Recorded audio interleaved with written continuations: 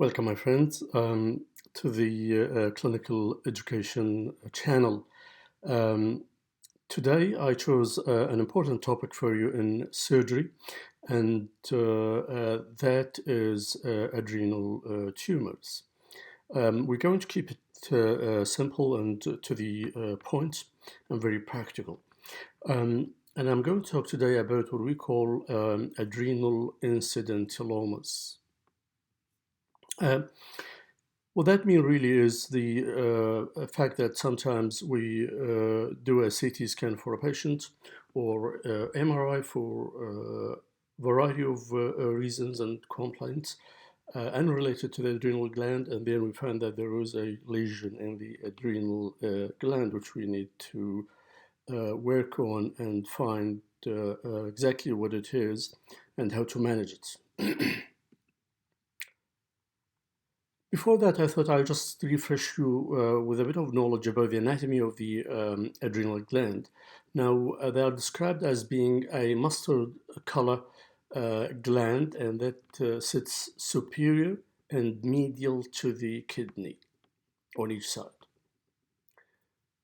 The right gland is pyramidal in shape, and the left one looks like a crescent. In description, when you see the entire gland during surgery or at the anatomy lab. Now, the adrenal gland has got a complex form of development. It has got two sources of development, and that's why it has got different layers.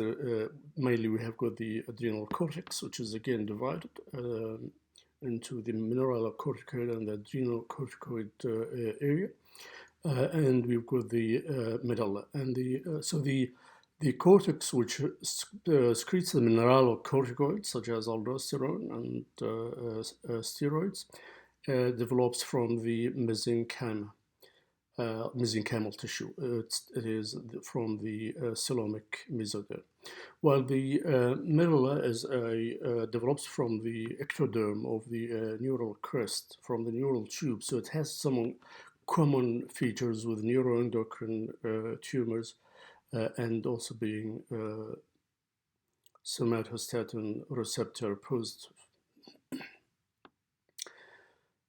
In general, on surgery or other anatomy, you see the right gland abuts the posterolateral surface of the retrohepatic cava and rests on the back on the diaphragm. It's totally retroperitoneal organ, and to see it, we have to mobilize the right lobe of the liver and the cava. While the left sits between the kidney and the aorta, and usually that's behind the tail of the pancreas with the splenic hilum and the splenic vessels, the artery and the vein, which mean to find the left adrenal, we would have to mobilize the spleen and the tail of the pancreas. Again, it rests on the diaphragm at the back, and it's totally extraperitoneal organ. The arterial supply of the adrenal gland is usually by multiple arteries, and these arteries come from the aorta, or from the subphrenic artery, or from the renal artery on both sides. All these arteries are small in size and hard to recognize anatomically or at the time of the operation. While usually we have got a solitary vein for each adrenal. We do occasionally see more than one, but usually it's a single vein. The left one drains into the left renal vein, and the right drains directly into the inferior vena cava.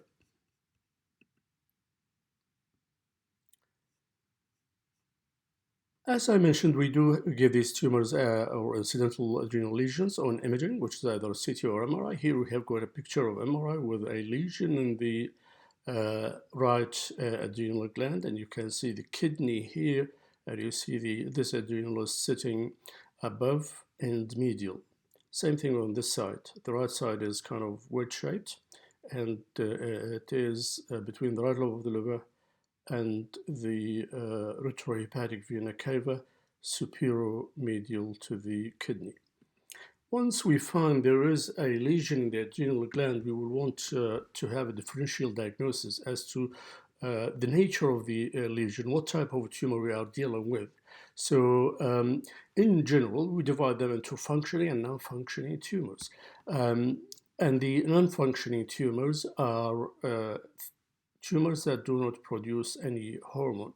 And these are a variety of them that we have. It's either a benign adrenal adenoma or angiomyolipoma, or we get paragangliomas and schwannomas occasionally in the adrenal gland.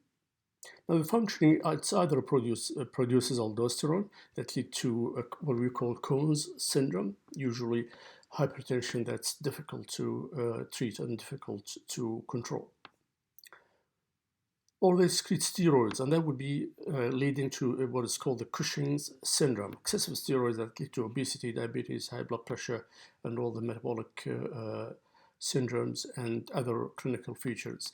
We will, in the future, try to discuss each functioning entity on its own in a lecture. But for now, we will just go through the differential diagnosis and how we work and incidentally found adrenal lesions. Pheochromocytomas are tumors that develop from the adrenal medulla, and it is characterized by being functioning tumor that produce catecholamines, which will lead to high blood pressure, tachycardias, tachyarrhythmias, and cardiomyopathy, among a variety of other symptoms. And we will discuss that at later stage. In general, tumors like angiomyolipoma and adrenal adenomas that are non-functioning, we keep them under observation. Angiomyolipoma is totally a benign lesion. We see it every now and then. There is a risk of bleeding into angiomyolipoma that exceeds 10 centimeters. So the size will be important here when we consider surgery. Other tumors such as paragangliomas and schwannomas, they tend to grow steadily. They do have a small malignant potential, and they will always have to be removed. Rarely we get virilizing tumors. They are exceptionally rare, and in general, if there is any virilizing lesion, we will worry because it could be adrenocortical carcinoma rather than just a benign androgens or androsteroid secreting adenoma. So that puts them into a context, into the context of differential diagnosis of the adrenal lesions. As I said, it's easy to divide them into functioning and non-functioning, and we know in each category what we are dealing with.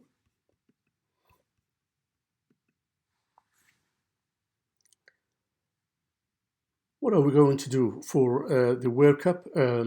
I will keep it nice and simple, easy to follow.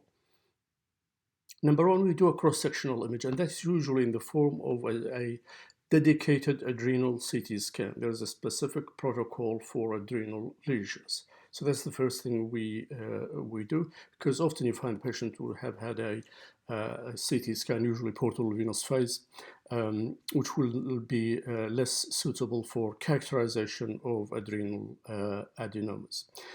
Obviously, before that, the history will be very important. And I'll just point out the main clinical questions that you need to ask the patient.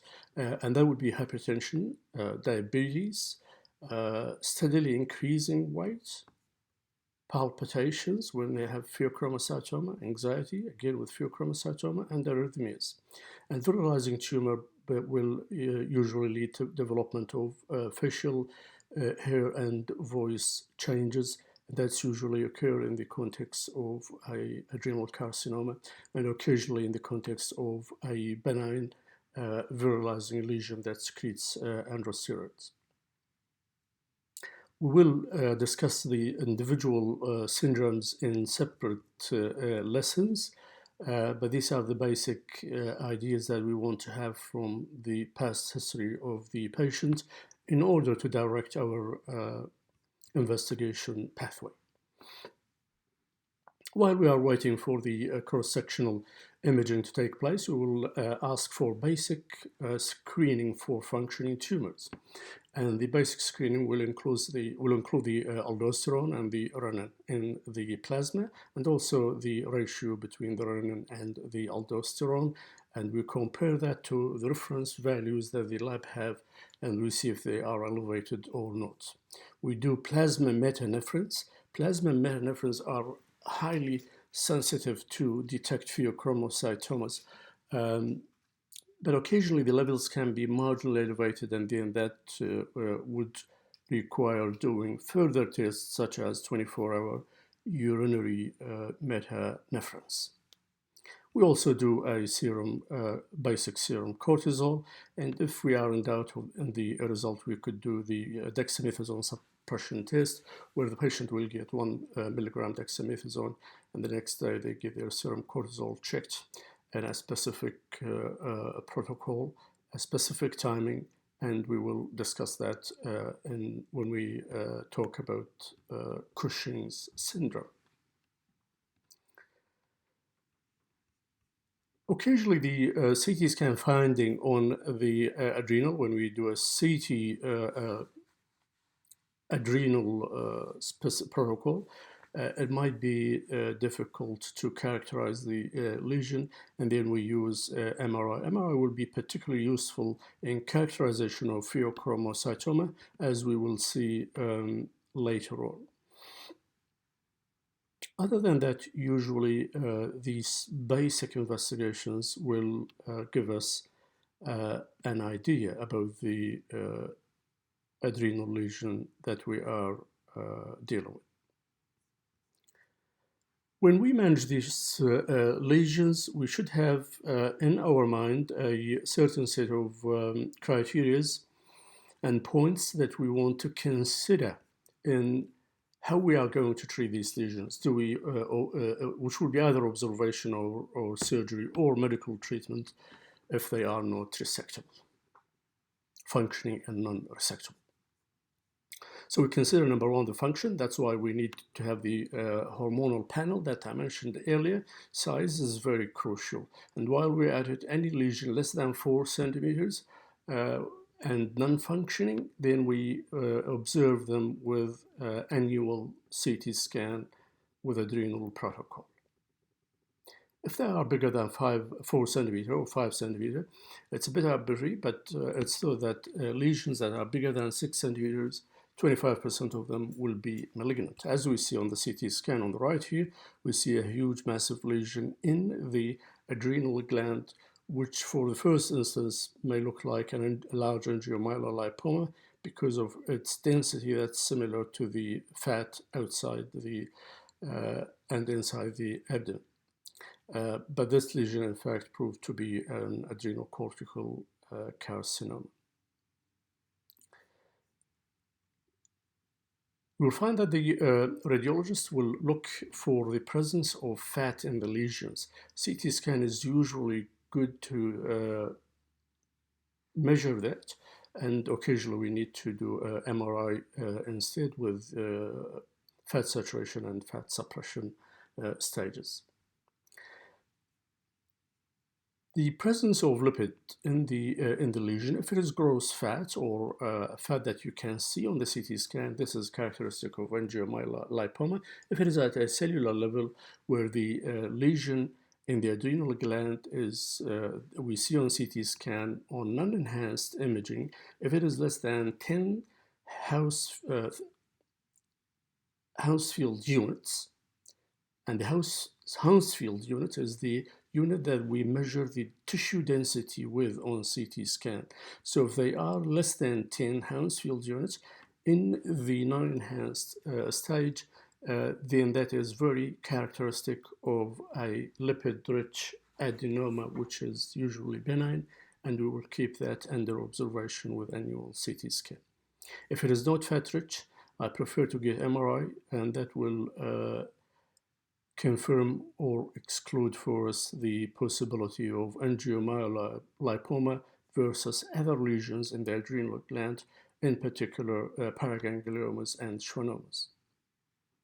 Also, the imaging can be a bit confusing in pheochromocytoma, and then we do MRI to characterize it further.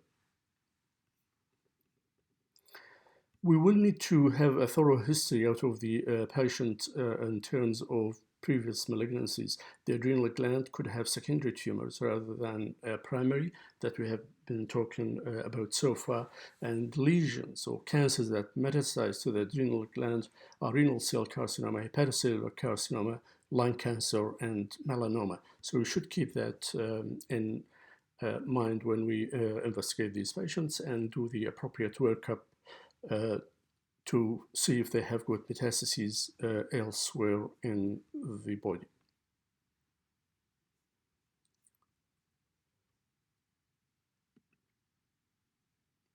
So functioning tumors, we will just mention them by passing and how we manage them.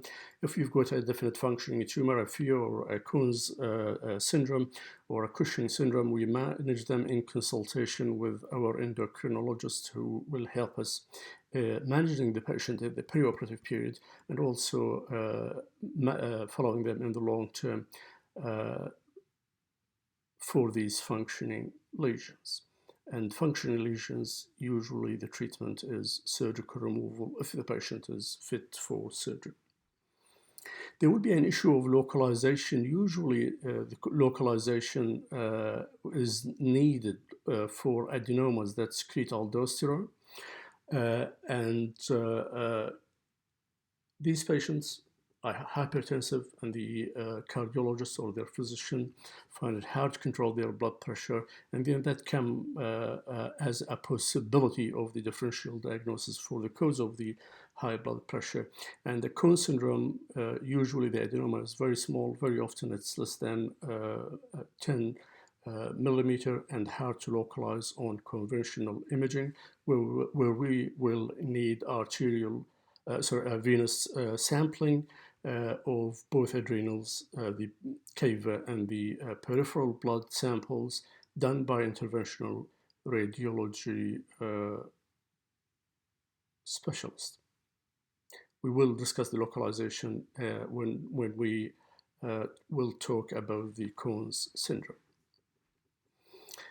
Now we find that if we think the lesion is a pheochromocytoma, then we do, in the past, there was a variety of scans that could be done specific to the pheochromocytoma.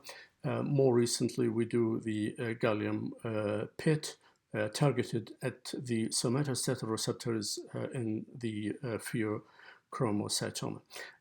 We could do oxygen scan or meta-iodobenzylguanidine MIBG scan. In the past is popular and still done in some places, and it was used to diagnose pheochromocytomas and also to follow up the malignant pheochromocytomas, because 10% of them will be malignant and 10% will be multiple. So that will be useful in localization on the initial diagnosis and also in the follow-up when we follow a pheochromocytoma. If there is doubt about its malignant potential on histology, then we get a gallium PET on 12 monthly interval for a few years, in addition to the normal cross-sectional imaging.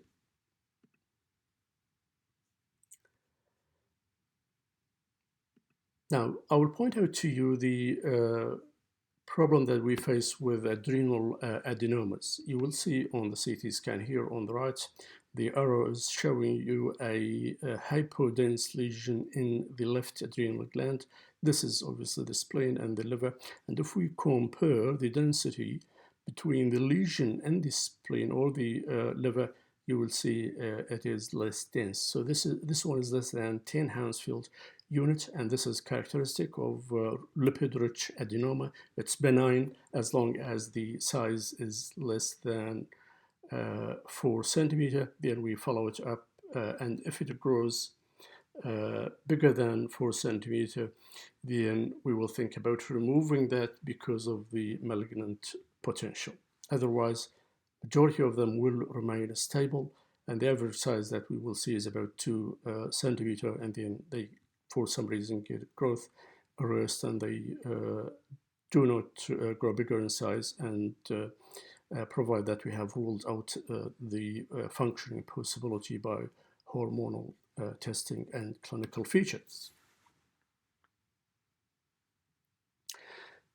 And in that case, we'll do 12 monthly surveillance, as we said, and watch the growth. And occasionally, we might need to do further scanning, as I said, for MRI if we think it could be a angiomyolipoma or a pheochromocytoma. MRI will be of great use to differentiate these lesions from other benign lesions. I will bring this out to your attention just for as a note. Now, when we do or request a CT scan for the adrenal gland, they do the adrenal protocol, and the radiologist will look at two values. One of them is called the absolute washout, and the other one is called the relative washout. And it's basically an equation. And that equation, in the absolute washout, we see how many Hounsfield units the adrenal gland has got on the portal venous phase, minus the delayed image, which will be taken at 15 minutes, divided by the portal venous phase minus the non-enhanced, the first scan ever. That multiplies by 100%, and if we get an absolute washout of more than 60%, this is almost always mean it is a benign adrenal adenoma, and there is no need for to panic as long as it is small in size, less than 4 centimeters. And they also do the relative washouts, an equation based on similar values but different in its arrangement. So the Hounsfield unit on the portal venous phase minus the delayed divided by the portal venous phase density, and then multiplied by the 100. And if the relative washout is more than 40%, then this is very suggestive of a benign adenoma, which is non-secreting and usually does not progress in the future, and we just keep them under surveillance. I hope this lesson has been useful to you. So this is just really the outlines of the management of an adrenal lesion, and I have provided you with the most basic and the most useful tips about how we manage them in general. Thank you for watching my YouTube video, and I will see you in the next recording.